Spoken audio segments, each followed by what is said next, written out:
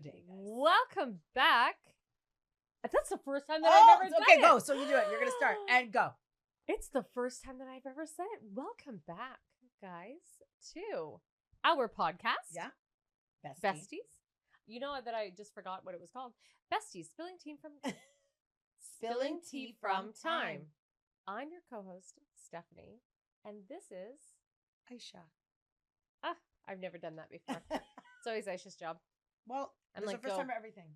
Just go. There's a first time for everything. All the time. And Every since time we today come is in. a special podcast, It's such a special Right? podcast. because we decided to bring back the OGs The OGs. The OG men Yeah. in our lives. in our lives. Because we're talking about Mhm. Father's Day. Yeah. We had a lovely Mother's Day Yes, we did. episode, and we had such a nice time, and it was very touching and inspirational and lovely. And we wanted to make sure that we brought back men in our lives to share with the world Yep. what incredible fathers you are. Yes.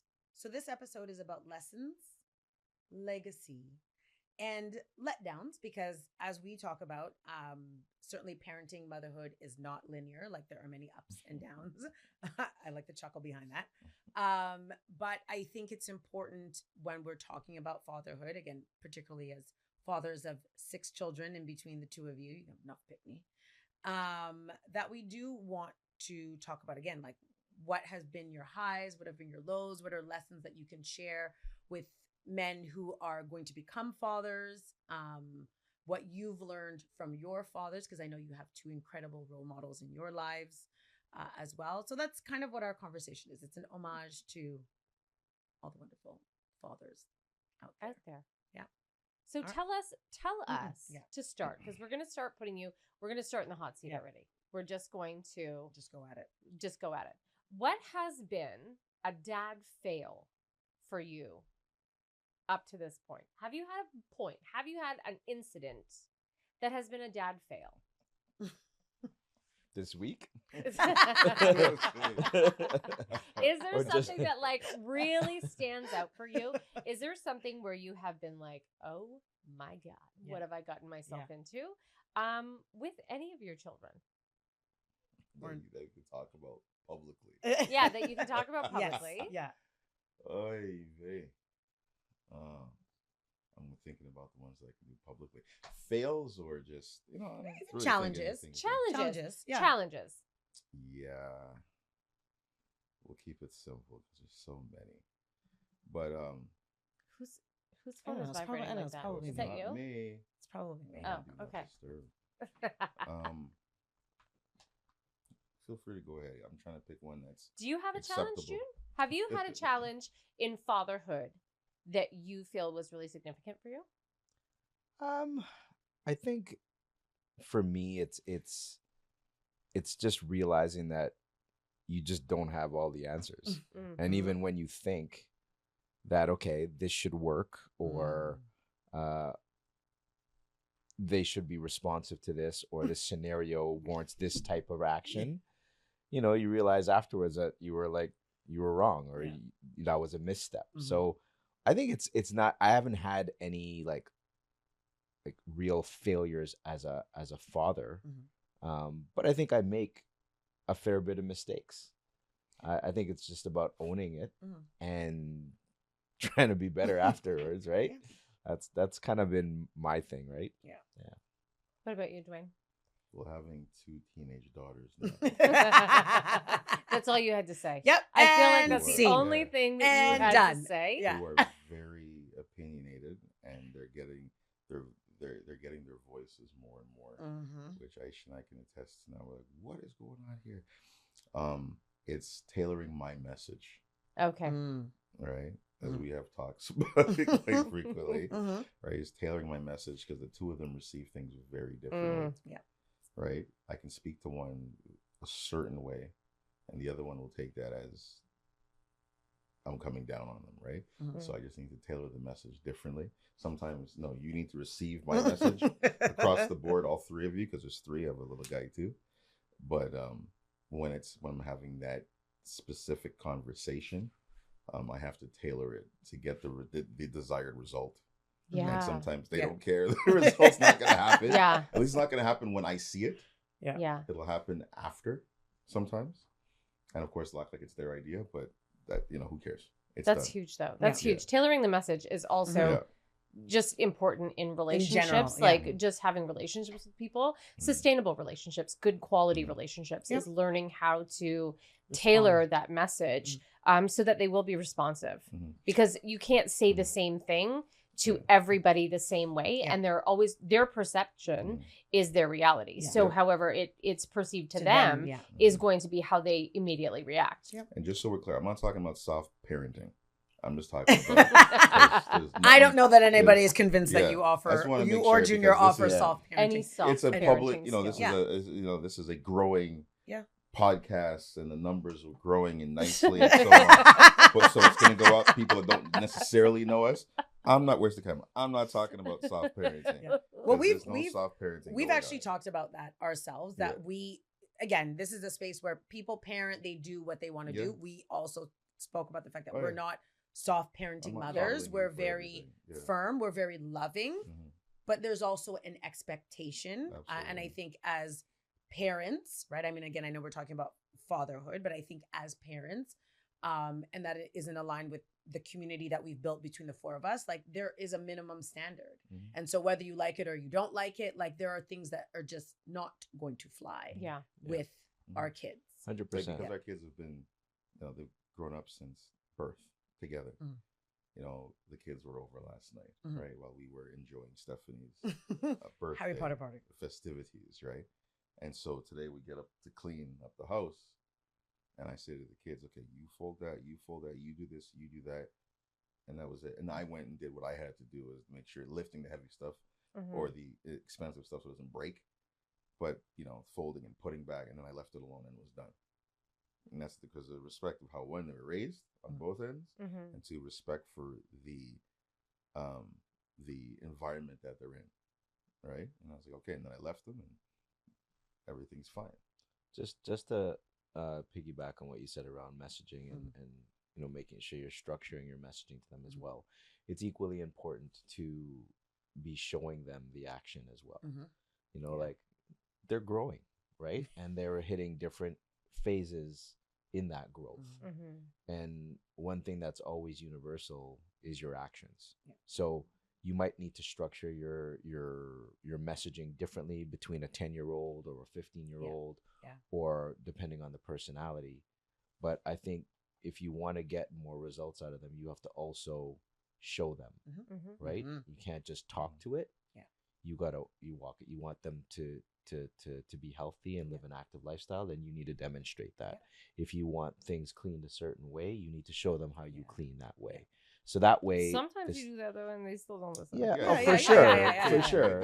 Absolutely. They I mean, that's also part of their growth is determining when and where is the right place to be defiant. But I do believe that those messages will win out long term, because that's kind of what they know and what's been repeated and what's been expected, right? So to go off of that, which probably you can't go off of that. We have other questions. We have other questions, Dwayne. About showing. Right? Okay, it's fine. I have a question for you guys. Fabulous example. But since you don't want to hear it, let's go. We'll come back around. We'll come back around. Okay, I do have a question for you, because Aisha and I are both 110% daddy's girls. Yes. Like, I am a daddy's girl. As 110%. Yeah. How does that feel? Because you guys both have daughters. How does the daddy-daughter relationship feel different from having a son? How is the relationship with your daughter? How is that? How do you guys feel about your relationship with your daughter, and how do you feel about your relationship with your son? Is it different? Do you have different expectations? Like, I know that my daddy treated me different. Like I was a princess. I still am a princess. So am I. Sorry, Kimi. We're well aware for both of you. But I'll speak to my experience. Aisha, I'm well aware. I'm loved. And you're still treated as a princess by your parents, or specifically father. That's okay. But, hold on, but also by me, so stop it. Oh, here we go. I was waiting. He had to just put himself in there somewhere. Because your father was very clear. It's not my problem anymore. Although she still is. But anyway, yes, there's very much a difference in how you deal with the two sexes, period. And how you deal with them, not how necessarily you treat them. Right? You have to show that you're all the same. Right? You are going to get in trouble the same way. You're all going to be loved the same way, but you can love them differently because they too are different. Right? And so, kids always say, I'm the favorite. I say, I don't like any of you the same amount. Right? It's always what I say to them. But you love them differently as well because they are different people. Okay. And we're asking about the sexes though. Like Yeah. So with my daughters, there's certain things I've said to my son already that I'll never say to my daughters. Okay. Right? So we're not gonna get better not be out here stressing out Zeke. No. Just let them know certain things your sisters will get away with. You as a young man growing into a man will never get away with me. Right? Okay. Your mother will deal with them on that side. Yeah. And over here is me and you. Right? So he's like, I understand, Father. Because he likes playing games, but he gets it. Now, when I give him a look, he's like, I know it's my job, my role. I'm like, oh, okay. So he's listening. He's catching certain things, right? But yeah, there absolutely is a difference in how you treat them. And they know how to, get what they want from me. So un petit peu de manipulation. Have you heard his daughter? If I say no, she's like, it's okay. Daddy will get it. Yeah. Sometimes they don't even bother to ask. They just go to the source. They don't even. They know if they're asking for things or to go places to do things. Me. Dad, can you go? They know I'm gonna kick and scream and grunt, but my girls need it, so I'm gonna go and get it. Right. Zeke, I know what he needs in advance a lot of the time, so I'm like, I get it like before, But he doesn't need much. He's a little boy. He's a dude. He doesn't need much. He just wants to wrestle, fight, and feel that he's strong and growing, and play around me when he has. But the girls, yeah, they know they know how to mama guy me and get what they want, man. So I think for me, like the way I look at it is, with my sons, I feel like I have a responsibility to them to teach them how to be men. For my daughter, my responsibility is to teach her how she should be treated. That's kind of how I look at it, right? Because I can't teach her to be a woman. Yeah, I'm not a woman, so that is something I defer to Steph. Yeah, to go walk that journey with her. But I walk a different journey with her. Like I want her to be strong. I want her to be respected, but I also want her to be in a position where she knows her value and she, when she's with somebody eventually, that they can be vulnerable with her as well too. I think that I'm a little bit more vulnerable with her than I am with the boys. And sometimes I question if that's the right thing, because I do think men also need to be good with being vulnerable as well. Yeah. And for so long, I always showed them like the tough stuff. Yeah. That I'm trying to kind of layer that in now. But for my daughter, I don't need to make her tough. She is tough. Her mother's tough. She's got 2 older brothers. Yeah. She's got that in her DNA. But for me, it's, showing her respect, but still giving her the same values I give my other kids. Yeah. Right? Yeah. It's the mirroring of what you want them to be and how you want them to be treated.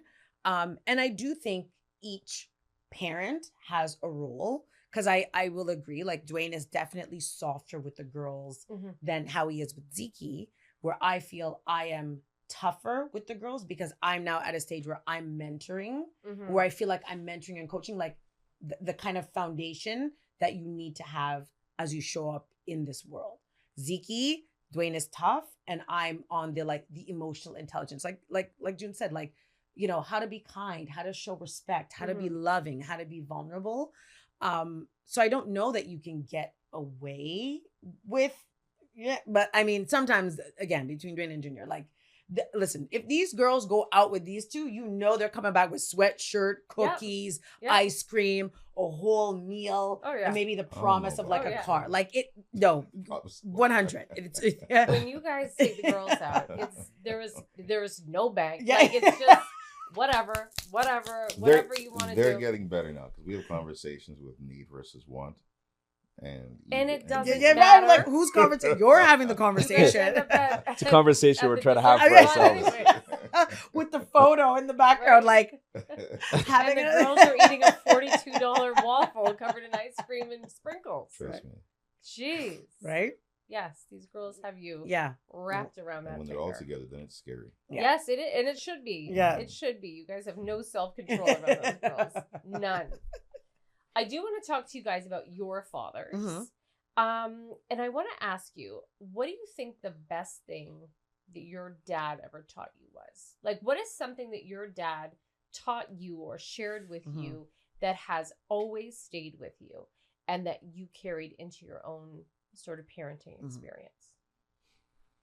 I would say, Well, go ahead. yeah, I'd say his consistency.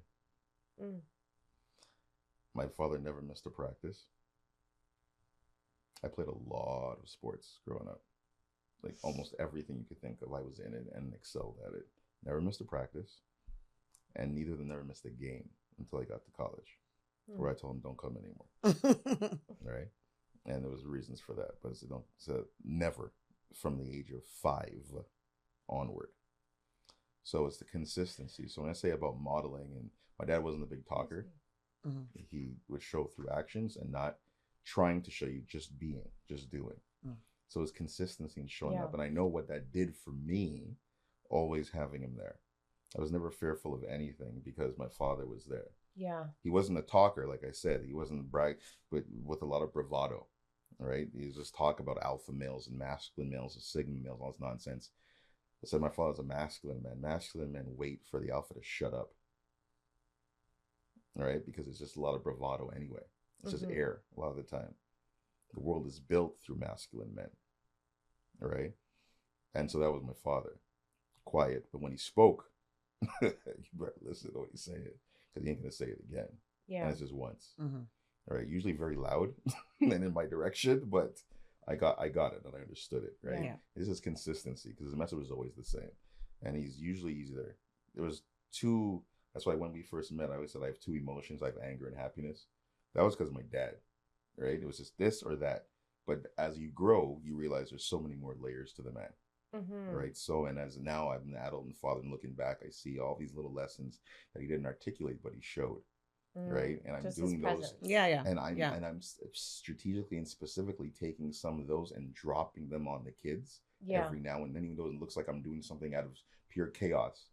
That's what he was doing with me, and I remember it. Stop.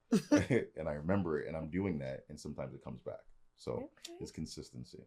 There's more, but I think that's the one that's always That's there. the- that's Because the one that I underlying feel the most, everything yeah. else, he Yeah. was always consistent. It didn't change. Yeah. Yeah. Right. And what about you?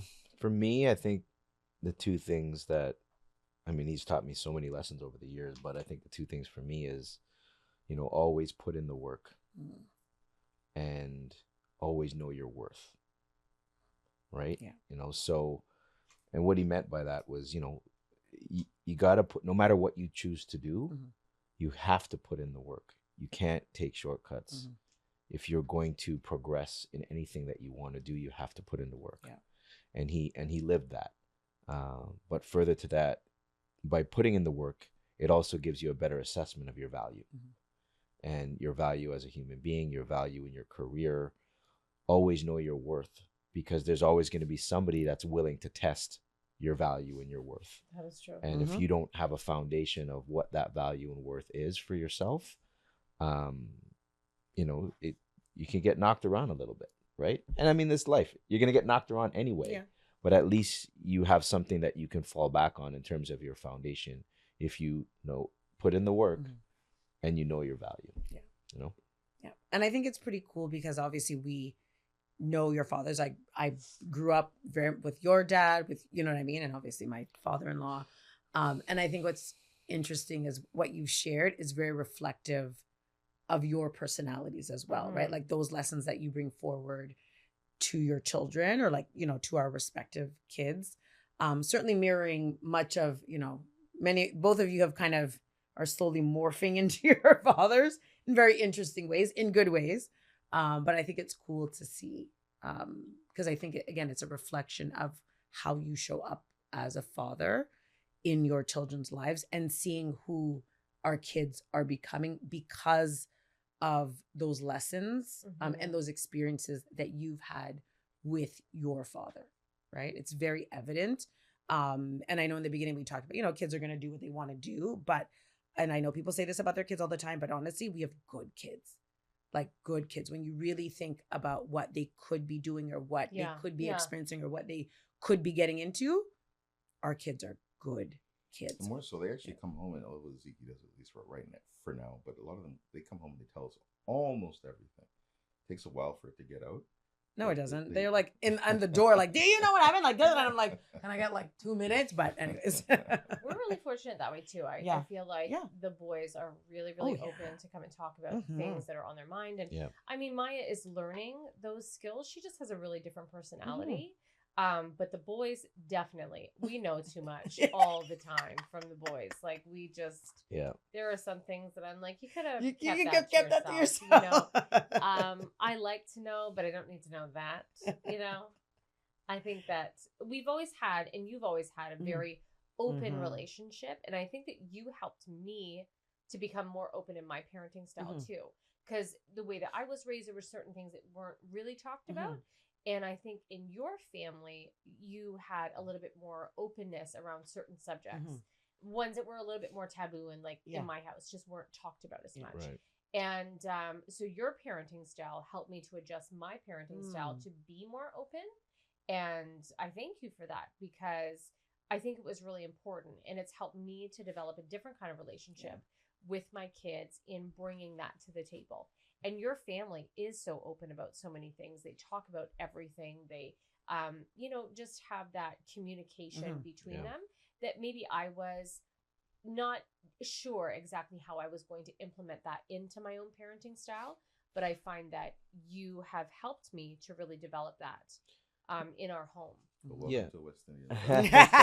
100%. But you know what? I think it's even more important now in the world that our kids are growing up in, right? I mean, they are so overexposed to things that we can't necessarily fully control, and a lot of times it's way past their maturity level of really understanding it.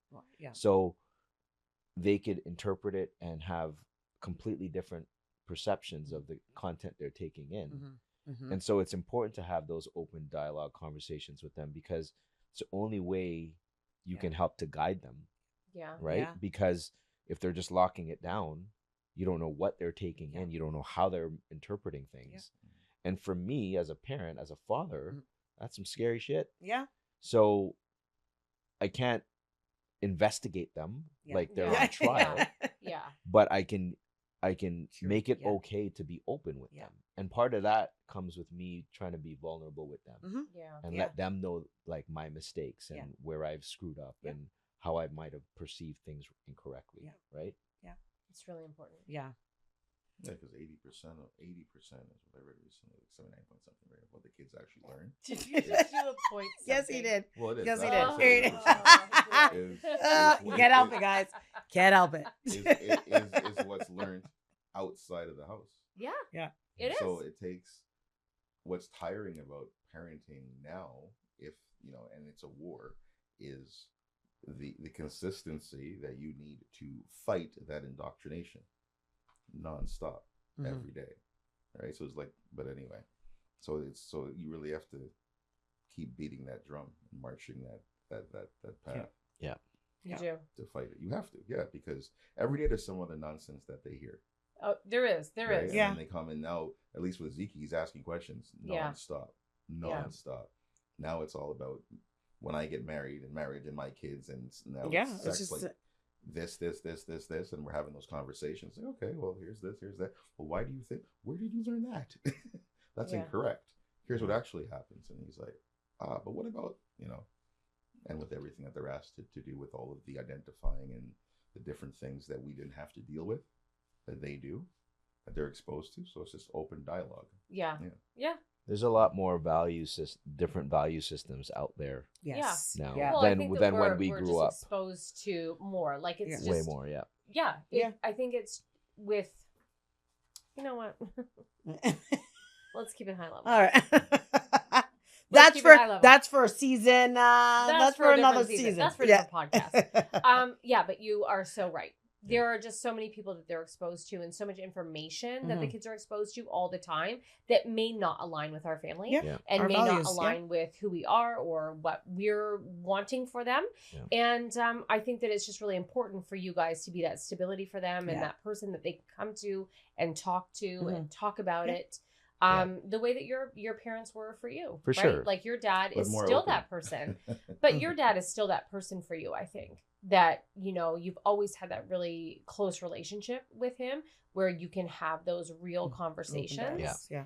But I do want to ask you, is there something that your dad used to do that you swore that you would never do as a dad? And then you find yourself doing that now? I mean, I can name them all the time. Exactly So can how I. you have become Let your me father. hear. Let's see how self-reflective you are. Yeah, let's see. Let's have a little self-reflection. Well, there's so much for me.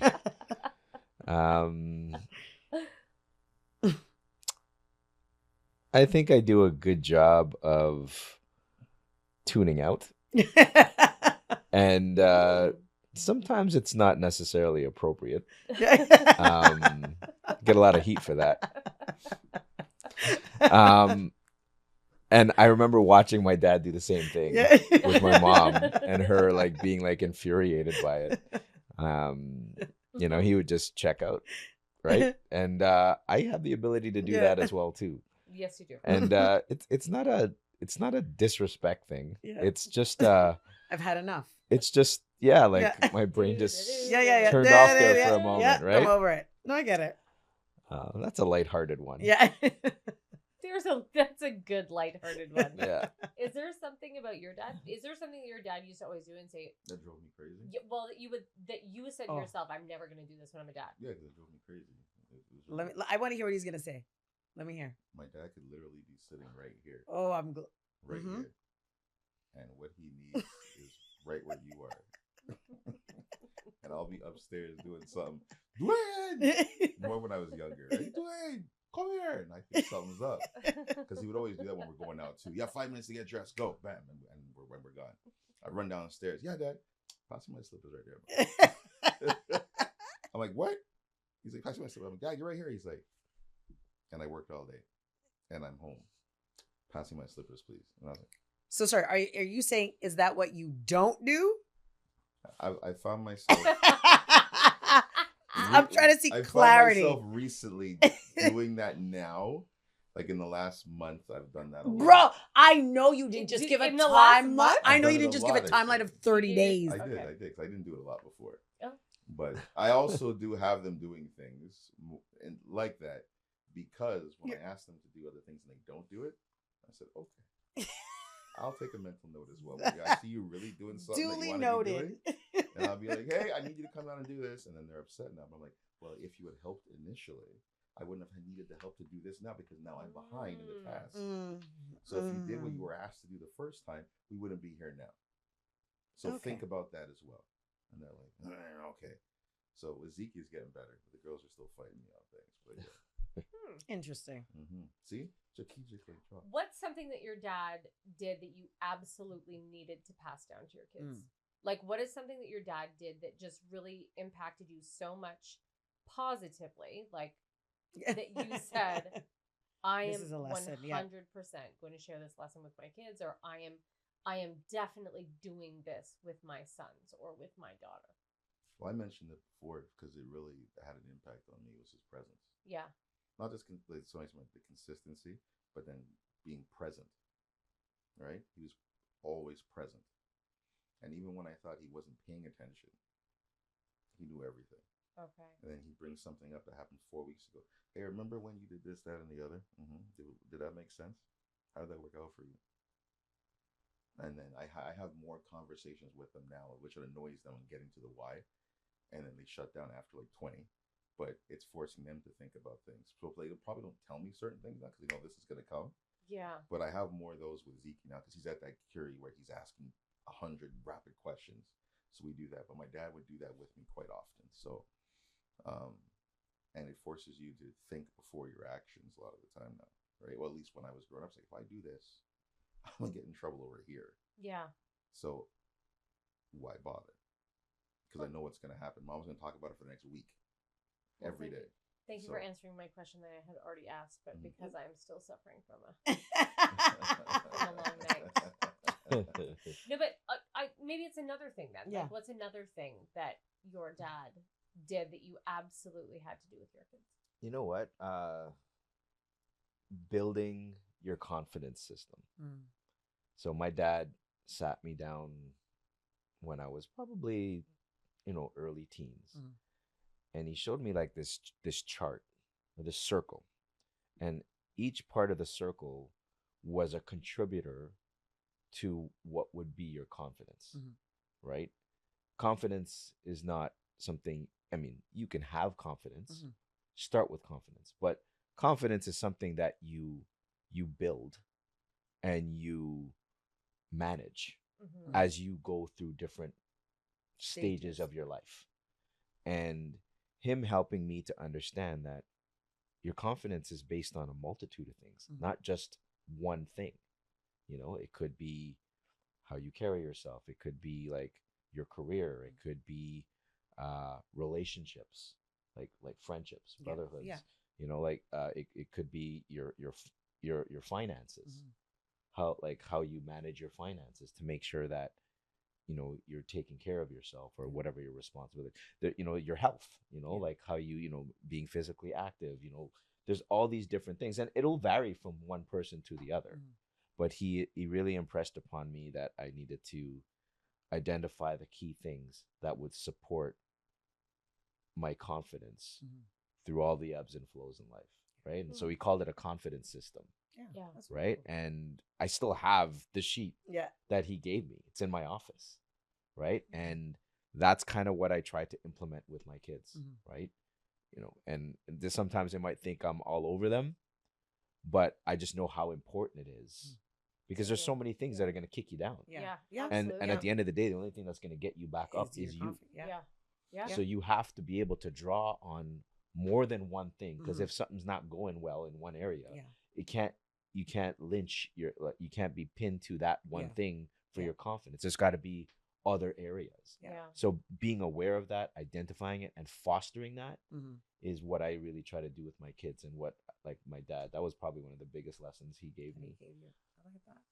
So I do have a question, right? Because I mean, certainly you two are great fathers. You've had great fathers, but we know that there are men out there who have not had great fathers, who've not had great experiences with male interaction. And so, what lesson, would you impart to someone who's going to become a father who maybe hasn't had great, male role modeling? Like, what are those lessons? Like, what should they know, or how should they show up, or what are important values that you two carry as fathers that you would impart to someone who came and said, like, listen, I don't know, I've never had a great role model, I'm about to be a father, like, what do I need to know, or how do I need to show up? Like, what lessons would you share? I mean, can I take this one? Mhm. I'm gonna pass it on to you. Mhm. I think that regardless of anybody's situation or background or history, they need to always kind of work on themselves. Ideally, that would-be father would have time to work on himself before he became a father. It's never going to be perfect, but if you have some things that you've struggled with, you want to try and resolve as much of that as possible, because you're going to pass all of that stuff onto your kids, your future kids. And listen, sometimes you're going to pass it on anyway. But being aware of that, and just my advice is just be present, just show up. There's no blueprint to how to be a dad and how to be a good dad. But if you're dialed into being a dad, you're willing to, like, make mistakes, own it, and then get back on and continue to be present and show up. That's all you could really ask anybody to do. So for me, it's showing up, no matter what the situation is. Just be present, show up. Absolutely. Dwayne? It was like a two-tier question that you asked, right? But could you ask it again for me? So What would be The what would first be part. advice, The first part. bro? Like It was in these- the moment. it was in the brain. moment. No, Okay. it's not on the I thought script, you brain. had I thought you had to It's a No. two-tier, bro. Just, Well, you did. There was babe. different parts to What the question there. lesson would you impart I think it's to actually someone? it's a simple idea. It's not simply executed. So for those who grew up without the male role model that Mhm. they would have liked or that they needed, Mhm. it's about taking the inventory, right? Where are your gaps? As you said, you have to go and work on yourself. But then it's what didn't you like about your childhood with either the role models you had, the males in your life that you had, or what you didn't. What do you want your child to have differently? Mm. Right? And then just do it. And by just doing it, meaning, okay, work backwards if you have that ability. If you don't, just keep it simple. It's like, nobody was there for me. Okay, great. Be there for the kid. Mm-hmm. Mhm. Right? My father had his father there, had his mothers, his brothers. He had 7 brothers. He had people there. So he didn't know any other way but to show up. So that's what he showed me. I don't know any other way but to be present and to show up. Right? So this is what I said to the children. I said, Grandpa, Nana were there for me for everything. And that's why Mommy and I are here for you for everything. This is what you will do with your children. Why do you think that's important? And then they run down a whole list. And it's like, okay, well, the job is almost done. They're getting it. But really, it's just taking inventory. What didn't you like about your childhood? If nobody was there, then be there. If somebody was too strict or physical with you, then don't do that part, right? Because how did that impact you? Was it negative on you? Then try and make it a positive for your child. And then you got to figure out what kind of child you have. That's then, huge. because then if you have 1, it's easier, but then you have 2. And then now it makes you actually a better parent in understanding or trying to understand who they are and how they will receive the message. Now, do you have enough emotional intelligence to take that message in, to download the information that they are giving you so that you can recode and send it back out so that they receive it properly and act accordingly in public? One thing I I love said, how your voice kind of Right, you started disciplining. Yeah. Dwayne's Like, started yeah. well, one thing I say to becoming them all the time disciplinary. is, one thing I Yeah. say to them is, your first name is this, but your last name and surname is that. So that's on me, your mother, and your grandparents. So when you're out in public, so when you're out in public, you need to behave yourself because you can embarrass not only yourself, but your entire family. Do you The want whole that? bloodline. Yeah. Yeah. Yes. No pressure. Lad. Don't but- mess with Right. bloodline. Don't mess No with the last pressure. name, lad. So we talk about, Yeah. and we did talk about on Mother's Day, we Mm. talked about our circle and Mm. our community of women that have helped us to raise our children and just having that camaraderie with other mothers. Do you guys have that in your own circles? And how important is that for you to have other men in your life that are there to show up for your children and to either discipline your children or guide them or mentor them, or just be present for them? In their How lives. important is that to you guys as dads to have those other male role models for your kids? It's huge. I think it's incredibly important so that the kids can see a few things. They could hear another message that is similar in thought to yours, the father, trying to strive for the same result, but it could be conveyed very differently, right? That they see different models because they're also formulating in their minds how they want to be as an adult. And maybe it's not like their parent, right? Maybe it's like somebody else, but taking some of the moral lessons from their direct parents and applying to that person's lifestyle, right? Because you want your kids, the whole idea for succession and legacy is so they be up a level or 2 or 3 from where you had them start and commence. And that can be a number of things. That could be just a character, that could be finances, that could be a whole number of things, right? But it's important that they see a number of different good actors in their lives so that they can take those lessons and move forward. But then it's upon that parent, if we're talking about father, especially that father, on who they surround their child with. To make sure that that what lessons that you want to impart on your child when you're not there, you know what they're getting. Like when I have people carpool our children around, there's certain people I'm like, nah, I'm not. I've canceled meetings because I don't want to drive with that person because they're stupid, or they talk too much about this, that, and the other, right? Right. I see how they are with their child. I'm not gonna tell them how to raise their child, but that's not a lesson he needs to hear. Right? You know what I mean? Like this guy's just out. This is not XM radio, bro. Right? Take time. Like, this is not about Joe Rogan out here. And stripper can mean a lot of different things. Take yourself on over to XM radio. Right. And Yeah. Your I turn. didn't say anything derogatory, but it could just be like this is not a model that I want imparted upon my child. No, so I'm not gonna expose them. Basically, if you can drive our kids, he likes you. Yeah. Long and short. Go ahead. There we go.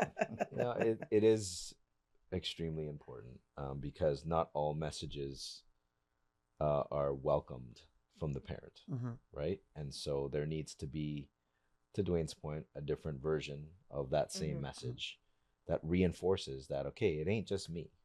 So whatever your gripe is about me in that moment doesn't change the fact that, you know, you're still doing this is what needs to be done, or you're, you know, this is wrong, or so to speak. So having a good community of men that are also good fathers, I think is super important. You know, I grew up where I had an uncle, one of my dad's brothers, who I was very close with.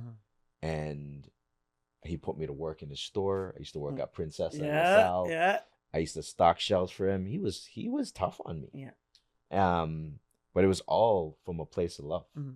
And, you know, he was a voice outside of my father that, you know, brought value to me and helped me to appreciate and understand certain things as well. So my dad would say, you know, put into work. But when I'm with Boogie, I'm doing the work.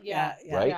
You know, there's no shortcuts. And so, you know, I think that is so important to have other fathers around you, because I think that enhances the values that you want bestowed onto your kids. If they have other men that are in the same position, but maybe their perspective is slightly different, but their values follow suit, right? I think that's so important, right? I mean, we kind of gotten flack for this one, but you cannot raise. Don't even. I'm gonna say it again. Don't even. I'm gonna say it again. Yeah. At the end of the day, again, everyone has their own lived experience, but it is a community. You do need a village, because your voice might not be the voice they want to hear. But to your point, like both of you, what they're gonna hear is a consistent message. And at the end of the day, I think that is certainly something that I pride myself in being able to say that the community that our children are immersed in. I mean, you might think you want to go left, but you're going to have people in every corner who's going to remind you of the values that we carry, but also the values that you carry. And that expectation doesn't change because it's not Dwayne or I that's saying it, but Auntie and GJ feel the same way, or my parents or my in-law, you know what I mean? Like that, I think is so important for our kids, because as we both said, like the outside world, they spend more time outside than they do inside. So that requirement to always lay into like, these are our values. This is what we expect. This is what we see in you. Is that makes it that much more important. And that's why you need your village. And listen, like shout out to all the single parents out there. Yeah, man. That got to do it on their own. Yeah. That is one hell of a job. And like the respect I have for people in those situations is high, is extremely high. But like anything, you always need a backup plan. Right. And so some people, they're unfortunately not in those situations and they have to do it on their own. I feel blessed that I have some redundancy. Right. So if something were to happen to me, I have other men that could step in and be that role for my kids. And I feel they would turn out the exact same way. And I feel fortunate that I've been able to create a situation like that with the people in my life. But it's super important, right? The backup plan is big in so many different situations. You always need a backup plan. Right? You can't just, even if what you got going on is like amazing. You never know. You know, you never know. So you need a backup plan. And so having other men that can be good fathers to your kids is I think a critical part. Right? I also find my conversations with your sons changing now too. Right? And that's purposeful as well. I'm now treating them older. I'm even more stern with them too, which you've noticed. Certain things when they do silliness, and I see your faces, and you might be frustrated or something because you told him 5 times already. Yeah. The message needs to be the same. Yeah. So that the kid doesn't understand it's just my parents. And I said, boy, you're very lucky that you're not at my house right now because and then I see them like, oh, I'm like, it's the same thing. Yeah. Fix It's up. the same message. Yeah. Yes. Yeah. So it's very important for the new parents, because that's what we were talking about.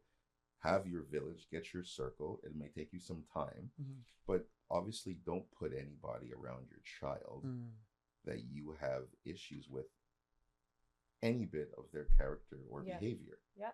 Because children pick up it's easy to be useless.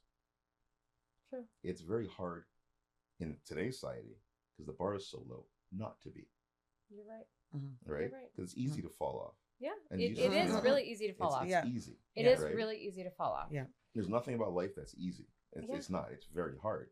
But it's easy to just fall beneath that initial bar where we used to have the bar, or where your parents were placing the bar. And Yeah. I have one last question. Yeah. I think we're actually running out of time. I have one last question to ask you before we actually just say a thank you to all of our fathers. Yes. We did do that for Mother's Day. I would like you all to just share a very short thank you. But I do have one question that I think is really, really relevant. And do you think that dads realize how big their impact is?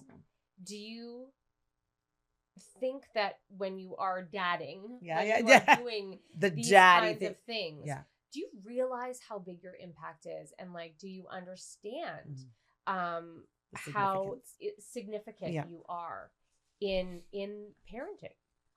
I do.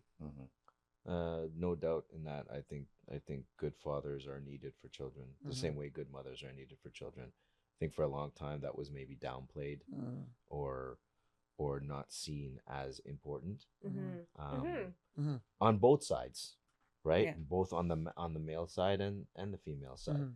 But I think good fathers and fatherhood is an extremely important part of any child's development. I agree. Yeah. Absolutely, I agree. Absolutely. Absolutely. I